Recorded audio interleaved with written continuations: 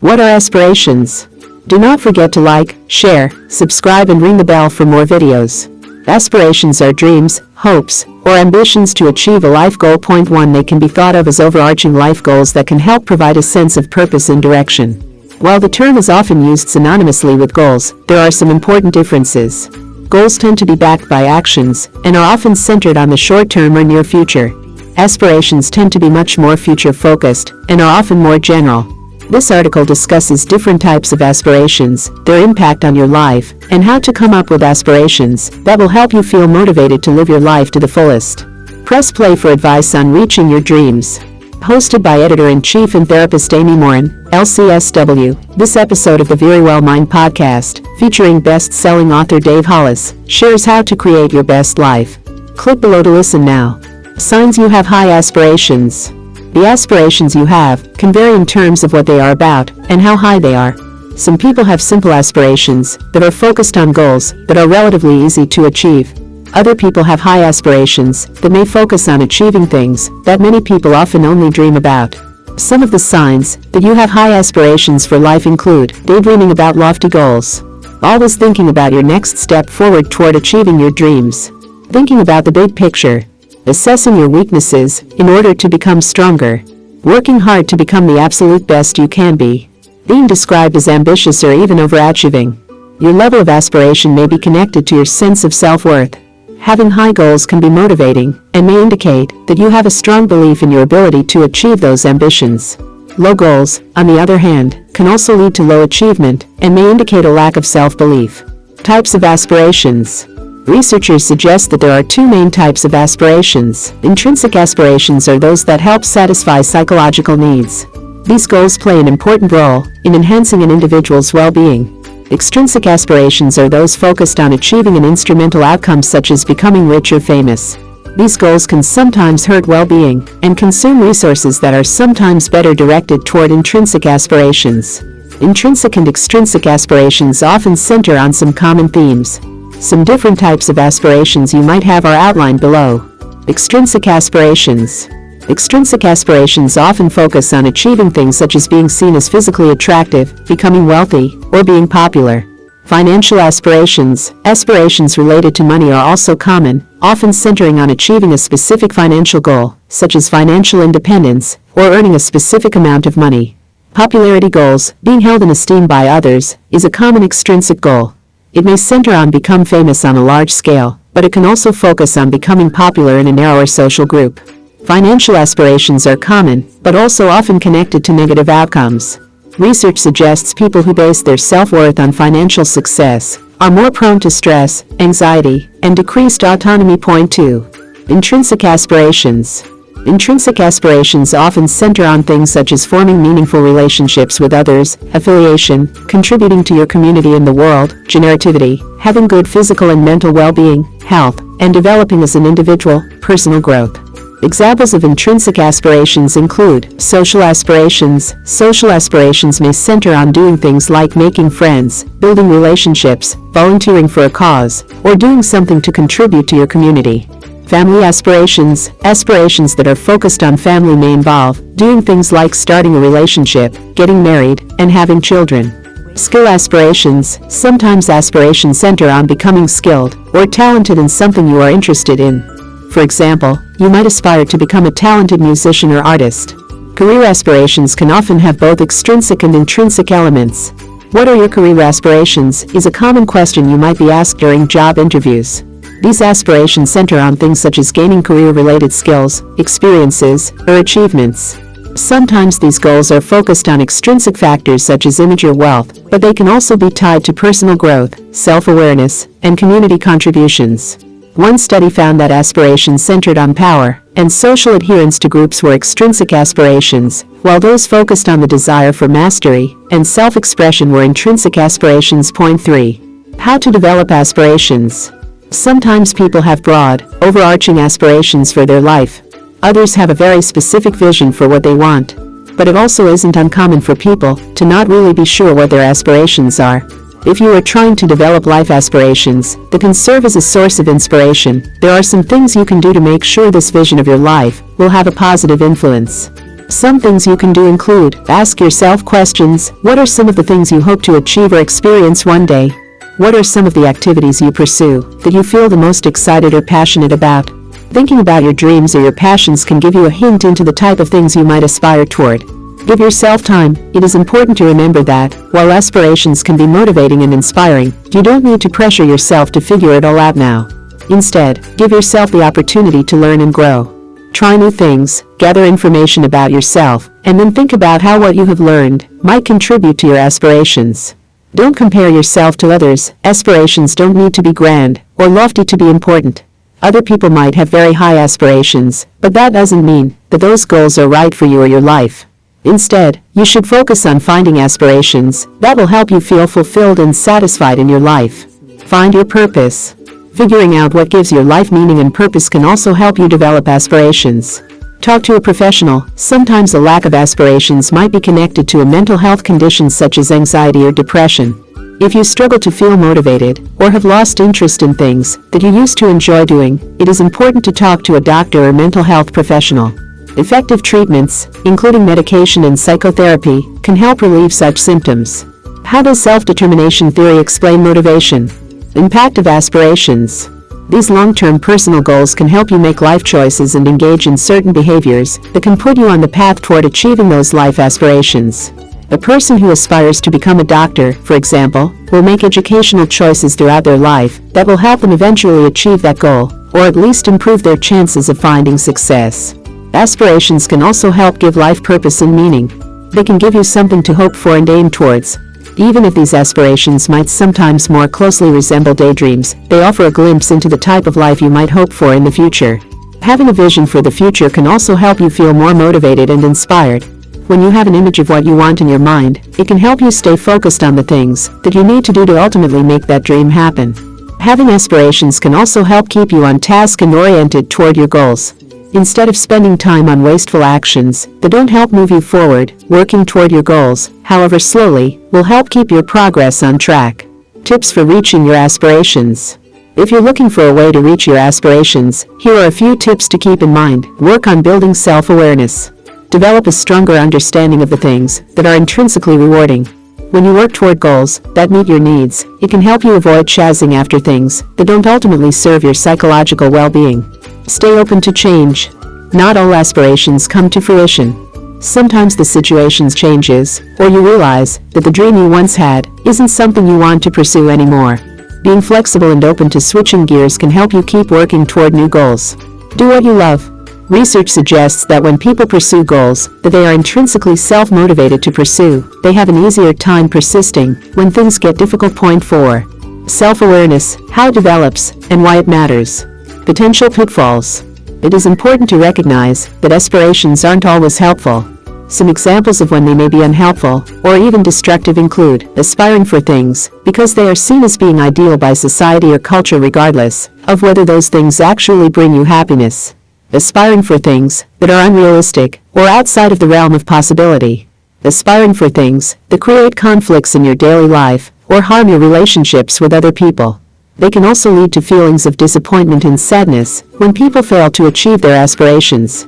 You can protect yourself by trying to maintain an optimistic outlook and developing a strong sense of resilience. When a dream or goal doesn't pan out, being able to pick yourself up and keep going with a positive attitude can help you either find new ways of reaching your goals or finding new ones to aspire to. Why people self-sabotage. While it seems surprising, some people undermine their own good intentions and long-term goals. Self-sabotage occurs when people hinder their own success. When people take these destructive steps, their harmful behavior can negatively impact nearly every part of their lives, including their relationships and career. Why do people self-sabotage? People thwart their progress for a variety of reasons. They may consciously or unconsciously commit acts of self-sabotage. The causes range from childhood issues to prior relationship effects.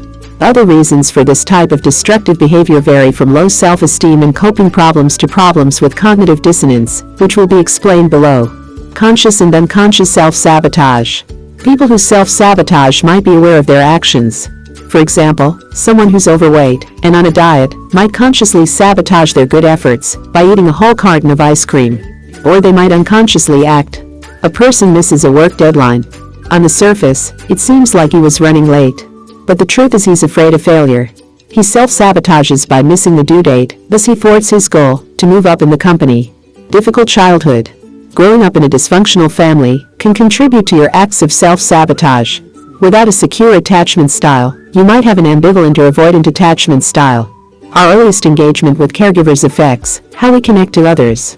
If your parents told you growing up that you'll never amount to much, maybe you handicap yourself so that you do fall short. Difficulty in relationships. If your ex constantly put you down, you might still feel vulnerable. Maybe they said they were wasting time trying to move forward with someone like you. Now you're in a great relationship, but you cheat on your partner. Or break up for no reason. You don't feel good enough, or you fear getting hurt again. Based on a recent study on self-sabotage, 115 psychologists specializing in romantic relationships in Australia identified the main issues for the prevalence of self-sabotage in romantic relationships. Reasons included insecure attachment styles, low self-esteem, fear of getting hurt, fear of commitment, unhealthy relationship beliefs, and coping problems when it comes to matters of the heart. Learn to open up and embrace your authentic self. Low self-esteem. People with a negative self-image and low self-esteem are especially vulnerable to self-sabotaging. They behave in ways that confirm negative beliefs about themselves.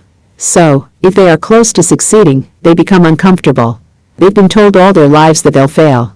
Or sometimes they told themselves all their lives that they'd fail. Cognitive dissonance. People showing this behavior struggle with cognitive dissonance, or the mental discomfort you may have holding two conflicting ideas at the same time. Human beings like to have consistency between their beliefs and actions. For example, you are marrying someone great, but you come from a dysfunctional family. Your dad left, and your mother went from one abusive relationship to another. You, therefore, don't believe in a stable, loving marriage. Yet, you are continuing to plan the wedding and send invitations. Here's a work-related example. You are about to land a great client and earn more money than ever before. Rather than do what it takes to propel yourself forward, you hold back because you don't feel worthy. So, you get drunk the night before the client meeting and miss it entirely. Rather than move ahead, you take actions to screw things up for yourself.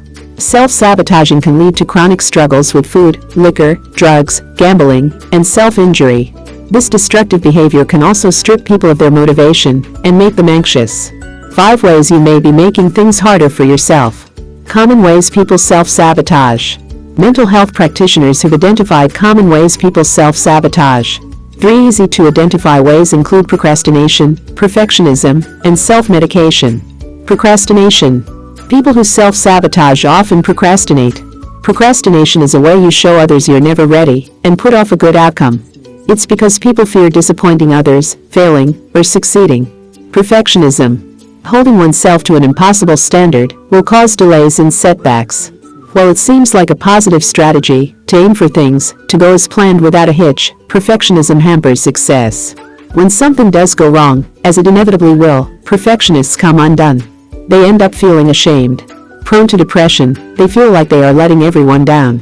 Self-medication. To deal with the constant battle between wanting to be successful and the script that plays in their brain saying they can't be, many soothe themselves through drugs, alcohol, and self-injury. Friday Fix. How to stop sabotaging yourself. How to stop self-sabotaging. If you're working with a therapist or counselor, your best advice is to look to them for guidance. If you want some pointers on how to cease this negative behavior, here are some things you should consider to prevent you from causing more harm. Examine the root causes. Look for patterns in your life. Have you been prone to thwart your good efforts repeatedly? Did these acts occur before you were about to succeed, or when you were close to achieving your personal desires? As mentioned, this behavior may stem from childhood. Some parents, either knowing no better or afraid that their children will be disappointed, tell their kids not to think big. Maybe they said, "Who are you to believe you can go to college? You need to work like the rest of us." Stop procrastinating. Common behavior exhibited by those who self-sabotage is procrastination. If you keep putting something off what's important to you, it might be easier emotionally than reaching a goal that you were told you'd never reach. The mismatch between where you're at and what was drilled into your head for years might cause you incredible discomfort. So, you self-sabotage. A recent study was conducted on student procrastination in academic environments. 2 Scientists found one common factor in procrastination involved a lack of self-regulation. This is due to students having a large degree of freedom, temptations, and distractions, and long deadlines. Peer influence or social factors also influence procrastination.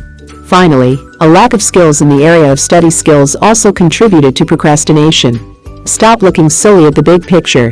When you shoot for something big, like becoming a top salesperson where you work, a giant goal can feel overwhelming.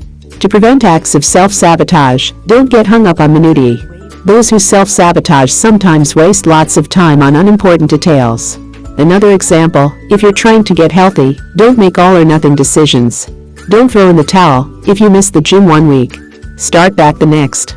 Make small incremental changes and act on them slowly. This way, you might prevent your sabotaging mind from putting on the brakes. Take more bite-sized actions that won't derail you. Stop perfectionistic thinking. Self-sabotaging people are often perfectionists. Maybe you overthink every detail, and everything has to be just right. Aim to strive for excellence, not perfection. Make small improvements and note progress on the way toward accomplishing the desired goal. It takes work to self-sabotage. This negative behavior is time-consuming and takes a lot of work. Recent research shows that self-handicapping is resource-demanding. A study by researchers at Indiana University reported in the Journal of Experimental Social Psychology counterintuitive results. 3 Early birds self-sabotage more in the morning and night owls self-sabotage more at night. That means they undermine their performances, not when they were tired, but when they had peak cognitive resources at their disposal. It, therefore, takes a lot of energy to continue this behavior, and it leads to maladaptive outcomes. Questions to ask yourself. If you think you self-sabotage, ask yourself, is your behavior aligning with your goals? If not, what is stopping you from taking action to make your dreams come true? Is your behavior aligning with values that you currently believe? If not, what is stopping you from taking actions that align with these values? Do you feel uneasiness or discomfort when you progress? If yes, dig deeper. Is this discomfort based on what others told you that limited your aspirations? Is this discomfort based on a fear of failure and worry about looking foolish? Is this unease based on a fear of success? Are you concerned with achieving more than you thought possible? If you do better or achieve more, do you believe success is more than you deserve? Treatment for self-sabotaging. Those who self-handicap may have a hard time regulating their emotions and behaviors. Behavioral dysregulation and emotional dysregulation are often caused by childhood trauma or neglect. This dysregulation can foster harmful reactions. People who self-sabotage can find help for various problems, including alcohol and drug abuse, binge eating, angry outbursts, and self-harm. The following therapies have also helped those who self-sabotage. Cognitive behavioral therapy, CBT, uses techniques effective in relieving cognitive distortions. Using these techniques helps you replace negative thought patterns and improve your overall well-being. Dialectical behavior therapy, DBT, works well on problems that involve intense emotions. This could encompass impulsive behaviors, impulse control issues, and difficulties getting along with other people. You'll learn to regulate your emotions better with this method.